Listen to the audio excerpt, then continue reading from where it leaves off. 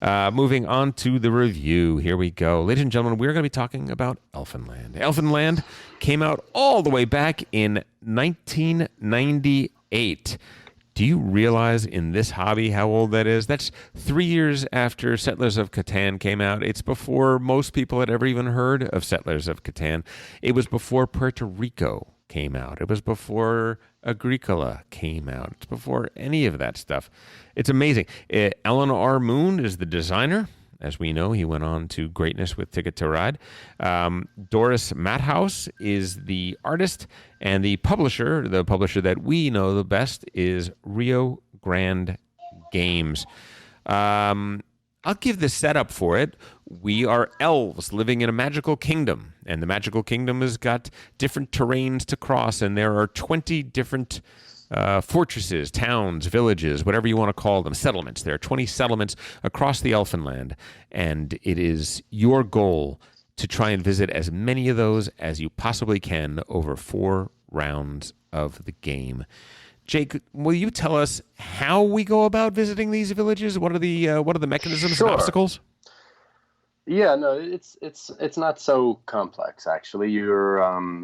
There's certain hidden information. Each player, I should say, has a certain randomly selected group of, for lack of a better word, just like types of modes of transport.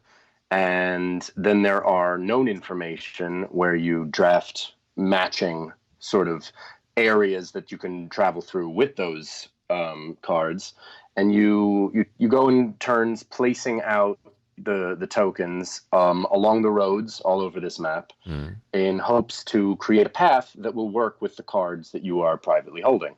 And the trick is to both get as far as you can by placing them in the best spots for your own movement, but also to keep in mind what the other players have and what they might drop. And you might not get to mail the road you want to, because of course you don't just get to put all yours down in a row. You go in turns. It seems simple, but there's a lot going on there. I mean, I only just played it the one time, but I instantly saw that this is definitely a game for me. Absolutely. It's interesting because you have a hand of cards that you're dealt each round, right? And how many different types of transportation are there, Dimitri? I think there's probably around 7 or 8 types, right? Unicorn, dragon, troll cart, wind, like a cloud, elf cycle, boat, or raft, and the pig. Yeah, and some are like optimized for certain zones, so that you're trying to move through the forest. There's going to be one that moves through it better than another. Correct, and some can't move through it at all.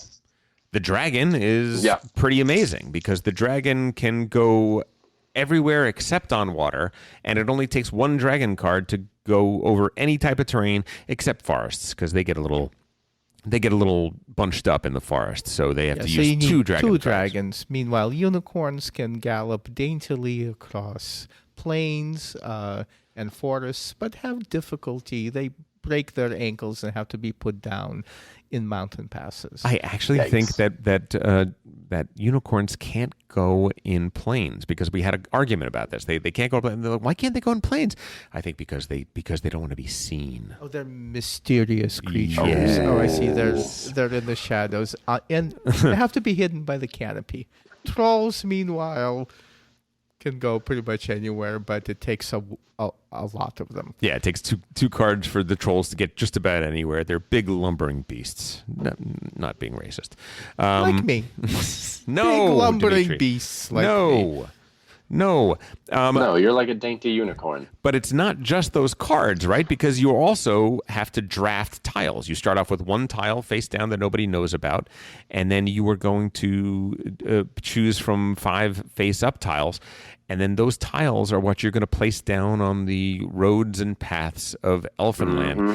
And if there is no tile, hopefully match up with your cards. Correct. If there's no tile that's on a road, guess what? It's impossible. You can't go that way. Yeah. And if there's a tile on a road that you desperately need to go down and you don't have a card of that type, guess what? You have to spend 3 cards to travel down that. Any 3 cards to travel down that road that you do not have the proper cards to traverse. Very punitive. And this is the classic, Jake, as you mentioned, decision that you have to make. Do you go where everybody else is going and hope that the tiles they lay down match the cards that you have? And this way you don't have to use your own tiles and you can draft off of them. But the danger, of course, is that they will lay down a cloud tile and you don't have any cloud cards and you're going to have to spend 3 of yours to go. So maybe you should go your own way. The Gaia Project has kind of a bit of a similar mechanic where if you build next to someone, you can get goodie points off of them, but they may interfere with you in bad ways. It's an unpredictable choice that gives an unexpected spin that you can game or not game successfully. Yeah, and it's I will say in our playthrough, the 2 top, the first and second winners stayed basically along the exact same path, whereas I went off on my own way and it did not pan out super great for me. Yeah, it's an interesting situation because ideally, like the most points you could get in a round are 8, and that would be spending 1 card 8 times in a row, and each time hitting a new town and collecting the cylinder of your color from that tile. That would be a perfect 8-point hand. And you can't do that alone because you only have 4 or 5 tiles to put down. Now, there is one exception to that, which is water. Raft cards are used on the water, and it works this way. Downriver, because the rivers have arrows on them, downriver costs 1 card to travel downriver, 2 cards to travel upriver, 2 cards to travel across the lakes. So it is theoretically possible that you could go your own way and move 8 and get 8 points. It would mean you are placing your tile on the places that are not rivers, and then you're going downriver for the rest of the time. Super hard to do, unlikely to do. So really, you're relying on the kindness of strangers. And more to the point, you're relying on what other people have laid down. No, and more to the point, you're relying on what other people have laid down. But as Dimitri pointed out, sometimes that's going to bite you. Sometimes they're going to lay down the thing that you absolutely can't stand. And that's where the trick Well, I was just going to... Yeah. Go ahead, Jake. Sorry to no problem. talk over you. I was just going to say exactly in relation to what you were just saying about how to get that perfect move. Yeah. When we were playing this, it occurred to me that you could play a version of this game as like co-op and work together so that you all traveled together to get the best that you could all do. Interesting. I can tell you for a fact that thought did not cross Paul nor my mind. But elves do not. co-ops. But don't elves like each other, basically? I don't know. All I'm saying is when I was playing this, I thought, if we just opened up all of our information and made it full information and made it like, how could we all best do this? That's definitely going to have a better outcome. Interesting. Because that brings up the other piece of the puzzle, which is the blocking tile. We each have 1 blocking tile in the game, so you can see that Alan Moon wasn't thinking about cooperation. He was thinking about competition. He was thinking about these are drow. These are the elves with the long knives. These are the ones that want to kill you and worship a spider goddess. The blueskins. Exactly. These are bad dudes because you have a blocking tile that one time and one time only in the whole game you can put it down on another tile that has already been placed on the board, and when you do that, it now costs 1 more for somebody to travel over that stretch of land. 1 more of whatever that particular resource is. So if it was a troll and it required 2, go ahead. Yeah, you could play that optional. When I played with the kids at home, that's optional. You could work together. Oh yeah. When I played at home with the kids, we do not play cooperatively, but we don't play with the blocking tile. We feel that that's like a bridge too far, and that's just going to hurt people's feelings. Too much gotcha. Yeah. Mm-hmm. Tom, this is a game Paul gave to you. Isn't that right? Okay, so you might ask the question, why are you guys reviewing a game from 22 years ago? So here's the story. The story is Paul had a neighbor and that neighbor got sick and passed away. And he and that neighbor connected through games. That neighbor had a fairly large collection of older games, hobby games. And Paul would talk to him often about what he's playing and what he's doing and all that sort of stuff. And then there was a real point of connection. So when he passed, the man wanted Paul to take some of his collection with him. There were just a few selections. And Paul was kind enough to gift a few of them. Like to Maddie, he gave a deluxe edition of El Grande, an amazing game, one of my favorite games of all time. To me, he gave me 2 mint unpunched copies of the 2 Dune expansions from back in '78, the Duel and Spice Harvest, and super hard to find, super expensive and valuable. This is how you were able to speak about them with Trey when you reviewed the game, right? Precisely so. And for himself, he took I think more than one game. I think he took a few little games. He didn't want to, he didn't want to feel like he was raiding a crypt or anything like that. But he took a few games, and one of them was Elfenland. And when we started playing online, and he noticed, oh, hey, guess what? Board Game Arena. It's really easy to play all these games, and Elfenland's on it. Let's do it there. So we played it a couple times, and I said, this is a game you should review, Paul. And then I said, no, actually, Paul, don't review that. I think Jake should review this. I think this is because this is an old school game at the beginning of this Euro game hobby, where games still had to be very accessible.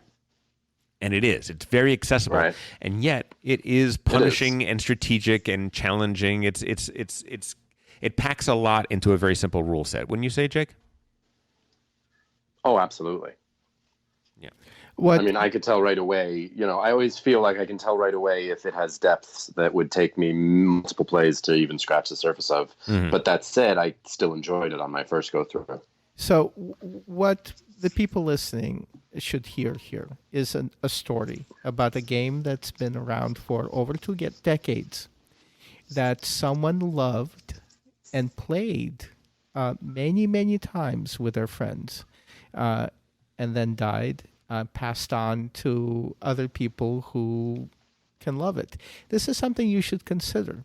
That history, that story of a player who would play every week on a game night, invited one of us, and continue to enjoy a game, a fairly simple game in a social setting that was also challenging and involving and accessible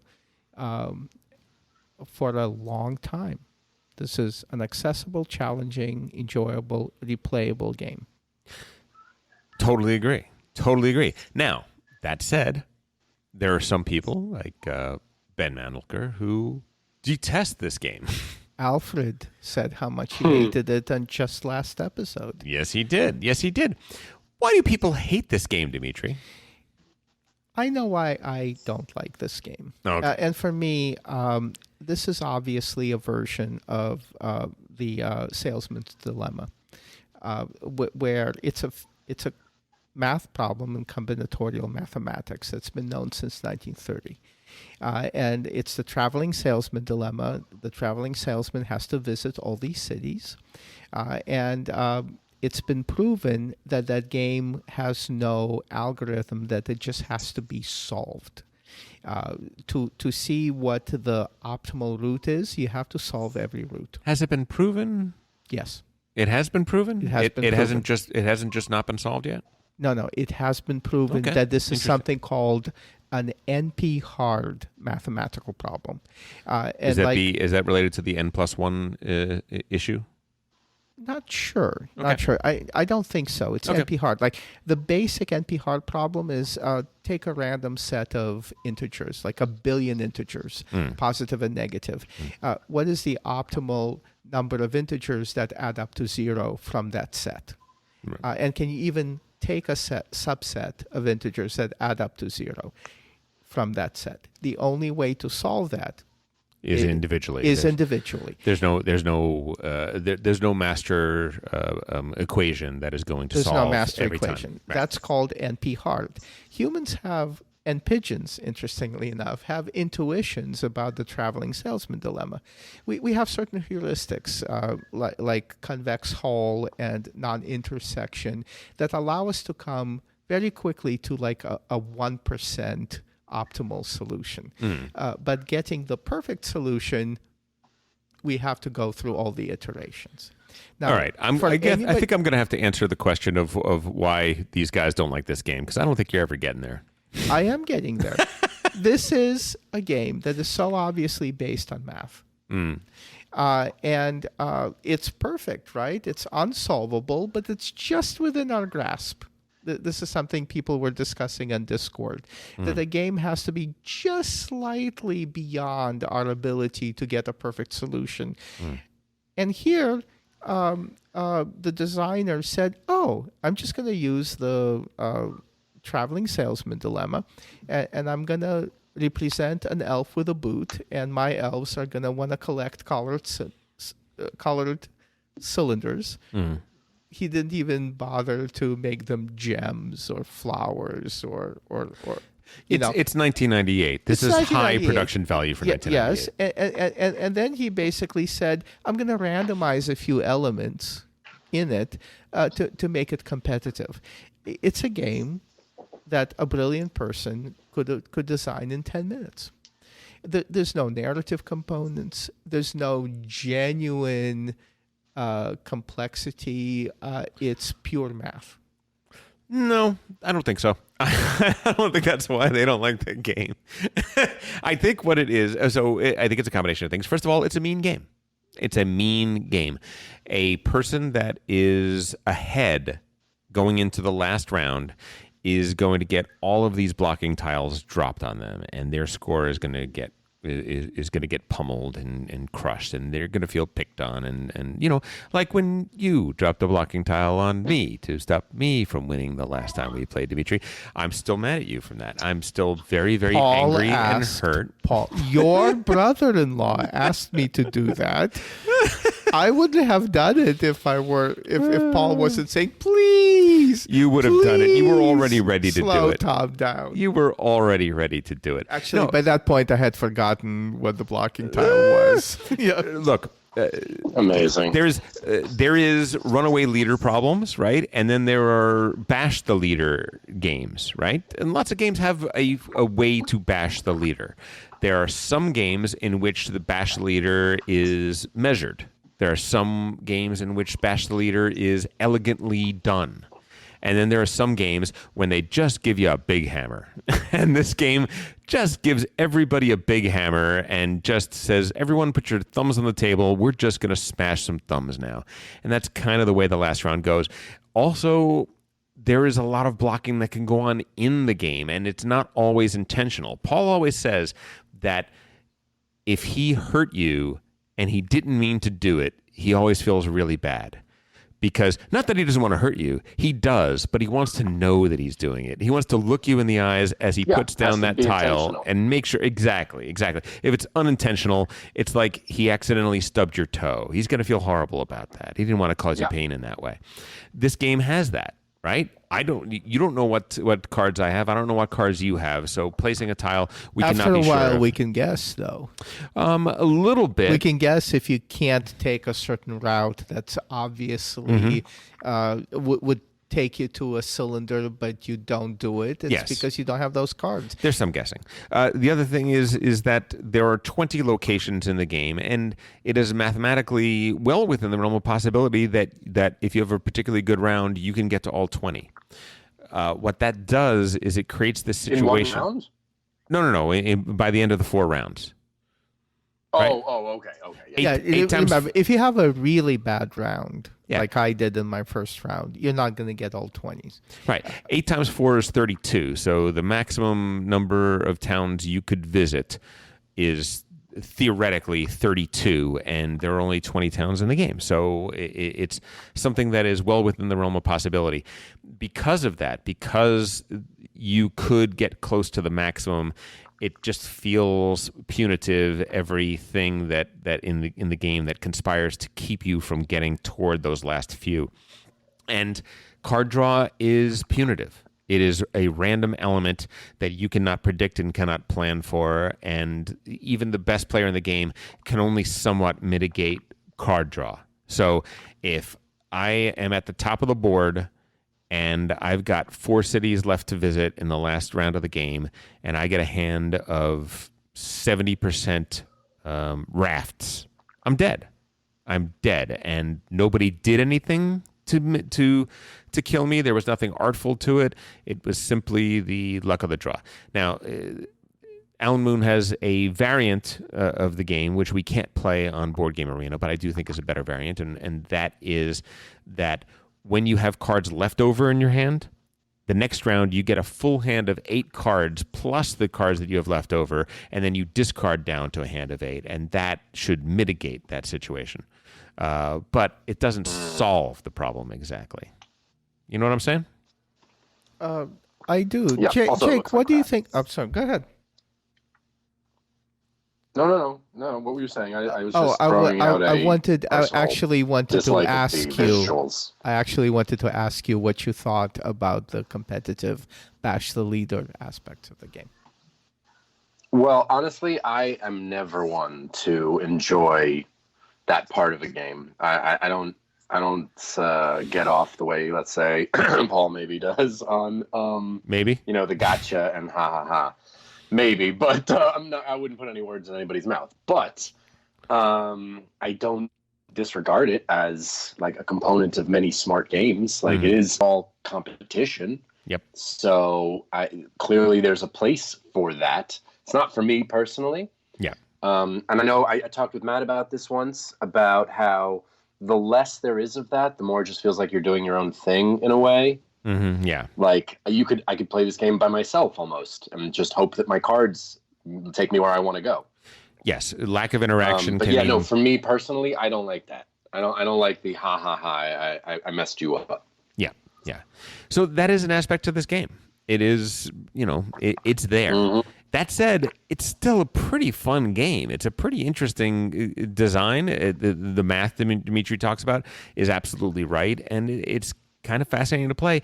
And Doris Madhouse, who did the art design, did an amazing job. She was the first game artist that was really recognized for being an artist. She did the design for El Grande, Tigris and Euphrates, Carcassonne, the beautiful work of Carcassonne, St. Petersburg, Bonanza, Primordial Soup, which is a game she actually also designed and I own. I really like it. She was an early game artist. She was the Ian O'Toole of her time and deserves a lot of recognition as such. She was kind of amazing, and this game shows all of that off. All of the art is beautiful. Every little town you visit is unique and has its own flourishes. It's pretty cool. Yeah, and there are different types of art. There's the terrain art that invokes Tolkien in a very interesting way without being slavishly imitative. And I really love the cards. I love her dragon. I love her unicorn. I love her trolls. They're beautiful to look at. I'll say. Let me just say. I think I have to be the dissenting opinion here. I'm not. It doesn't float my boat. Really? I'm not putting her down. I don't think I could draw it. I couldn't draw as well as she does, obviously, but I'm looking at it and it just looks like, I don't know. It doesn't do it for me. My kids really like it. I did enjoy the game very much. My kids really like it, and I would say that if you take out the blocking tiles and you try to play a more friendly game, I think this is a game that goes over well with kids because we're these little elves and we're trying to go to all the little villages, and now I'm going to play a pig and I'm going to ride a pig through the forest to this place, and I'm going to fly a dragon over the mountain, and it's kind of cute and kind of fun as long as people aren't being too cut. You don't have to play a cutthroat. I think what you said earlier, Jake, is dead on right, that there's a way to play this game that is more friendly, and for the younger crowd, this is a very attractive game to a younger crowd. So it's versatile. Yeah. I'd like to try it that way. Yeah.